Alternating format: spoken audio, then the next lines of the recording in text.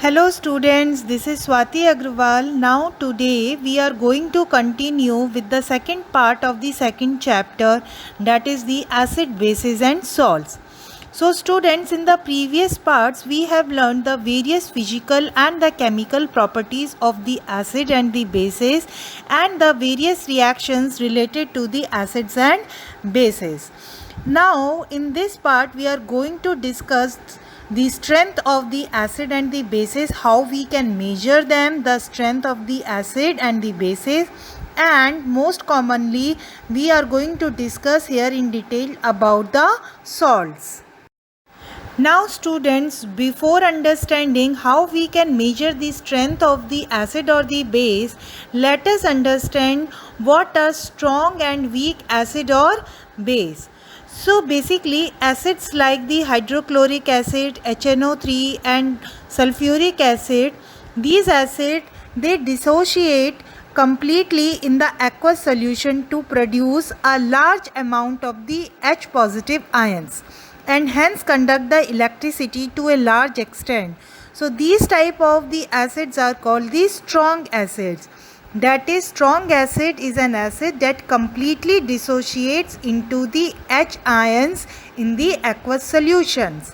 Okay, now on the other hand, the acids like the acetic acid, oxalic acid, carbonic acid, which dissociate only partially in the aqueous solution to produce a small amount of the H ions and hence conduct the electricity to a small extent. These are called the weak acids, that means which do not completely dissociate into the H ions in its aqueous solution. So those are called the weak acids. Now similarly, bases are also classified as the strong base or the weak base. So strong base is the one which dissociates completely into its OH ions in the aqueous solution. For example, sodium hydroxide, these are the strong base. This is the strong base. Why? Because it completely dissociates into the OH negative ions. And opposite to that, weak base, it is the one which does not dissociate completely into the OH ions in the aqueous solution. For example, ammonium hydroxide. Now students, till now we know that what are the strong and weak acid or base. Now let us find out how we can find out the strength of an acid or base. Now students, in the previous parts we already know that the acid base indicators can be used to distinguish between an acid and a base. We have also learned about the dilution and the decrease in the concentration of the H or OH ions in the solutions. Now how we can find the amount of these ions present in a solution? We can do this by making the use of a universal indicator, which is a mixture of the several indicators. The universal indicator shows the different colors at the different concentrations of the hydrogen ions in a solution. Now there is a scale for measuring the hydrogen ion concentration in a solution, which is called as the pH scale. It has been developed. The P in the pH stands for the potence in German, meaning it the power. On the pH scale, we can measure the pH generally from 0 to 14. pH should be thought of simply as a number which indicates the acidic or the basic nature of a solution. Higher the hydronium ion concentration, lower will be the pH value. Now here you can see the pH of a neutral solution is the 7. Value which is less than the 7 on the pH scale represents an acidic solution. As the pH value increases from 7 to 14, it represents an increase in the OH ions concentration in the solution. That is, increase in the strength of an alkali. So in the figure also you can see that neutral is the 7, less than the 7 is the acidic property, and more than the 7 it is the alkaline property. Now students, let us learn the importance of the pH in our daily life. Generally, our body works within the pH range of the 7.0 to 7.8. Living organisms can survive only in this narrow range of the pH only. If the pH falls below the 7 or rises above the 7.8, survival of the living organisms becomes the difficult. When pH of the rainwater is less than 5.6, it is called the acid rain. When acid rain flows into the rivers, it lowers the pH of the river water, and the survival of the aquatic life in such rivers becomes the difficult. Now on the other hand, plants also requires a specific range of the pH for their healthy growth. If the pH of the soil of any particular place is less or more than the normal range, then the farmers add the suitable chemicals to it to make the soil healthy. Now students, do you know that our stomach produces the hydrochloric acid?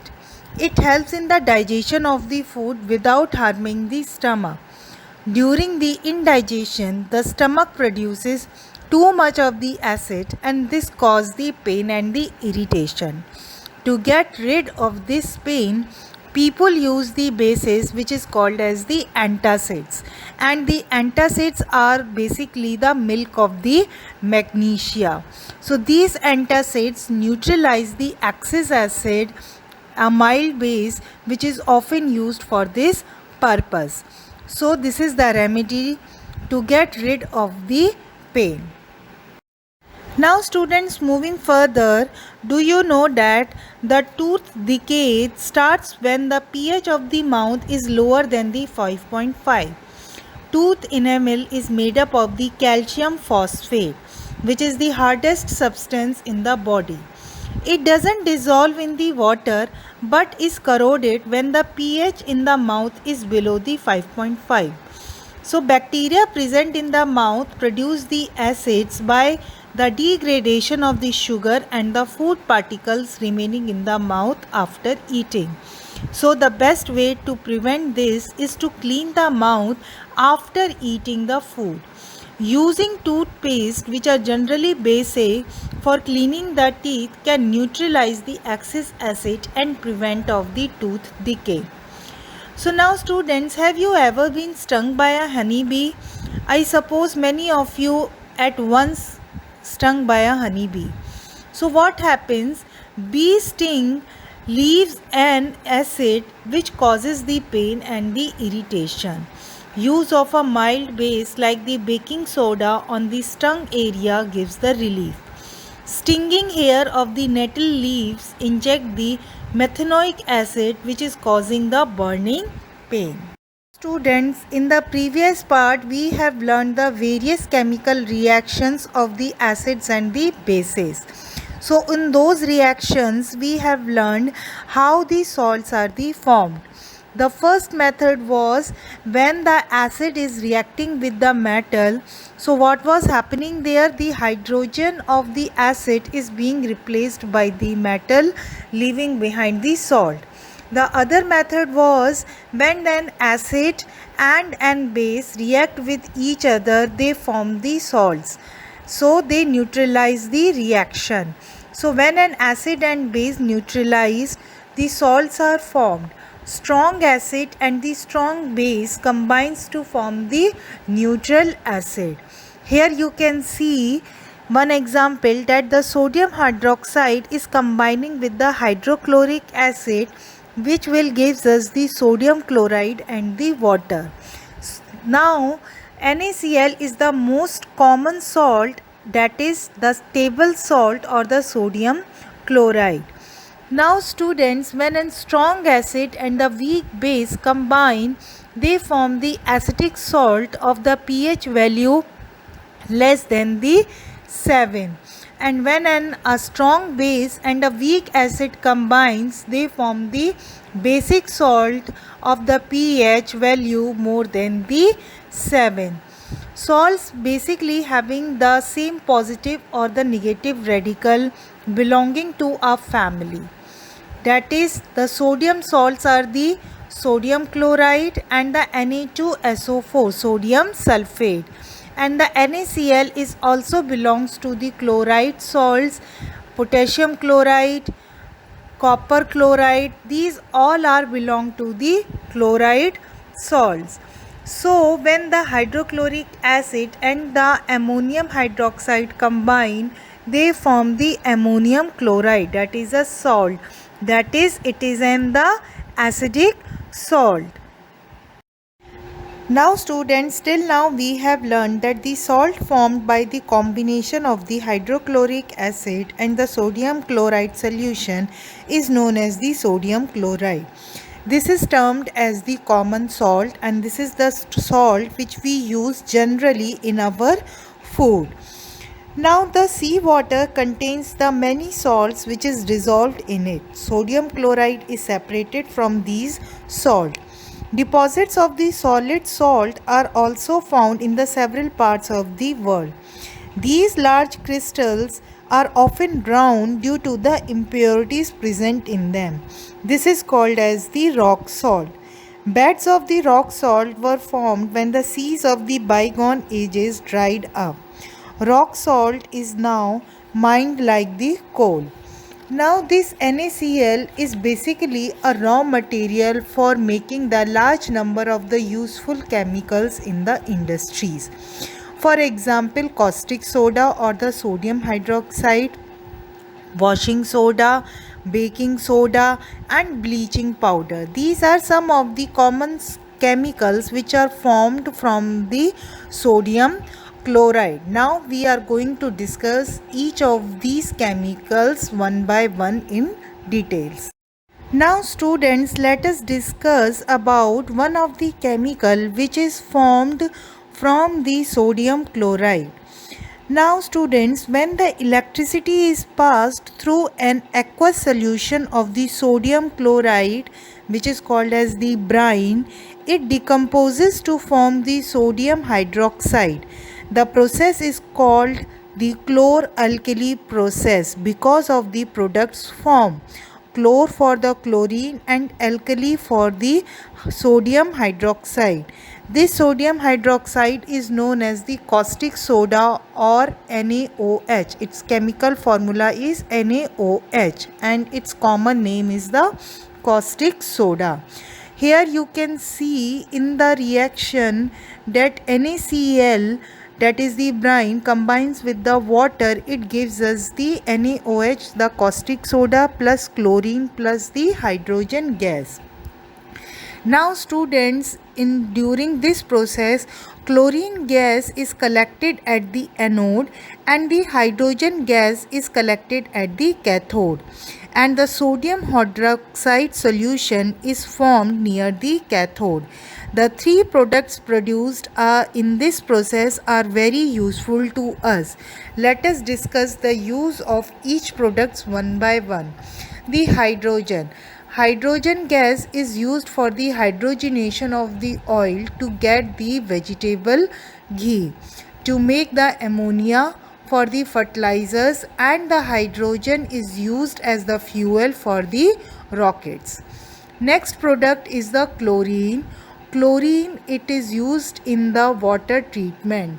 It is used to clean the water in the swimming pools, to make the plastic, and for example the PVC, to make the CFCs, chloroforms, dyes, etc. Now the third product is the NaOH, that is the caustic soda, or we say the sodium hydroxide. It is used in making the soap and the detergents. It is also used in manufacturing of the paper, degreasing metals, and it is used in making artificial fibers. Now the hydrogen and the chlorine, again if the process continues, some of the hydrogen chloride is also formed.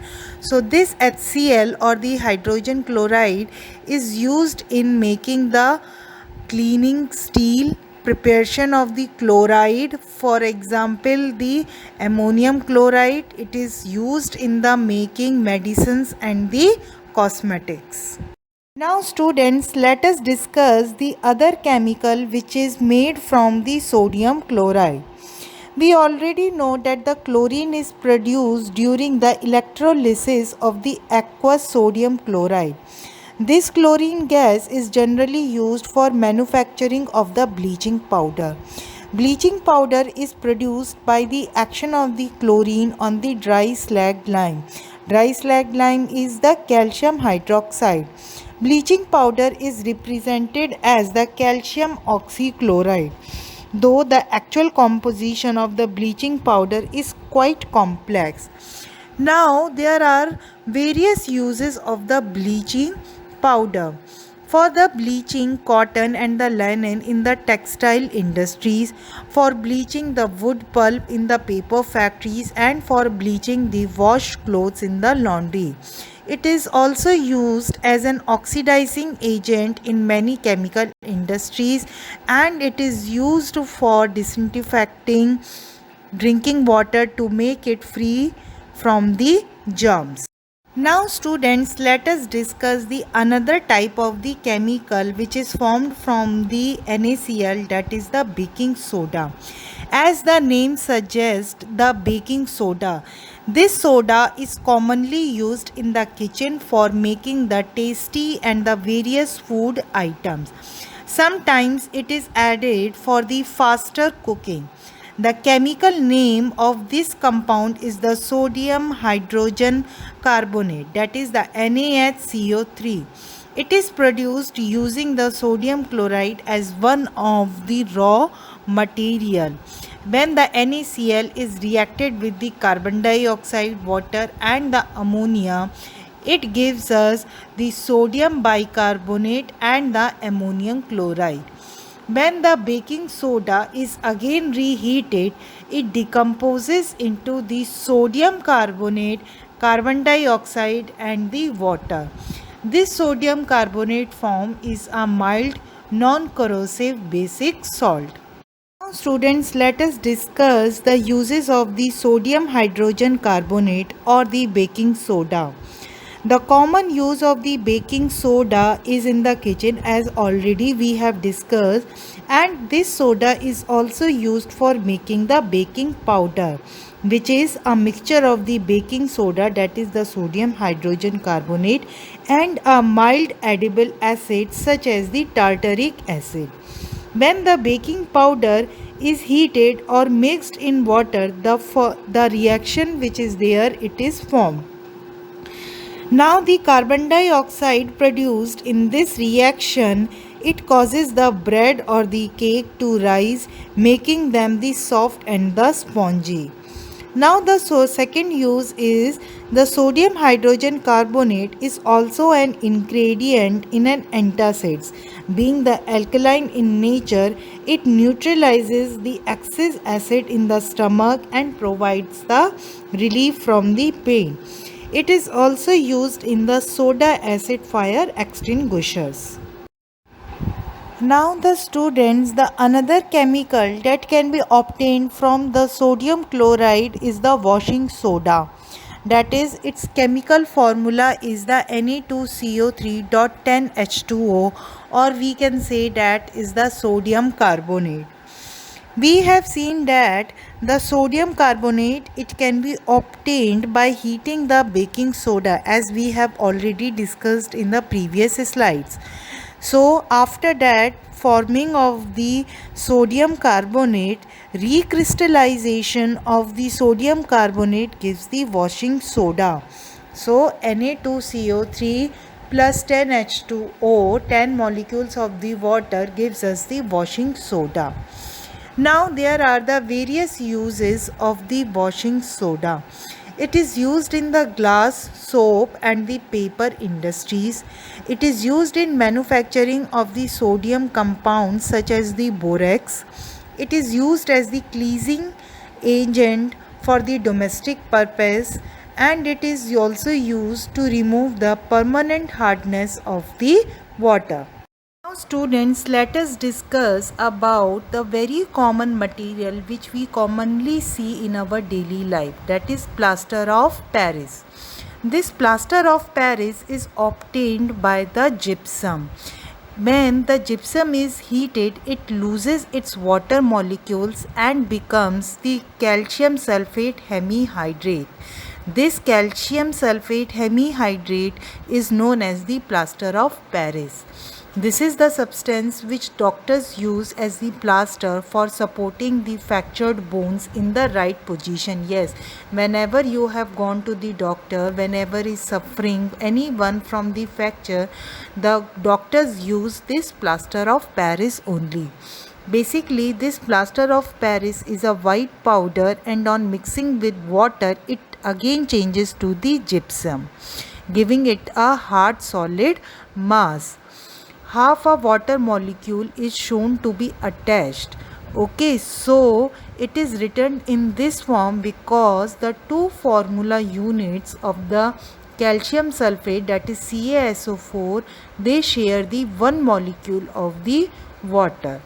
Now the plaster of the Paris, it is used for making the toys, materials for the decoration, and for making the surface smooth.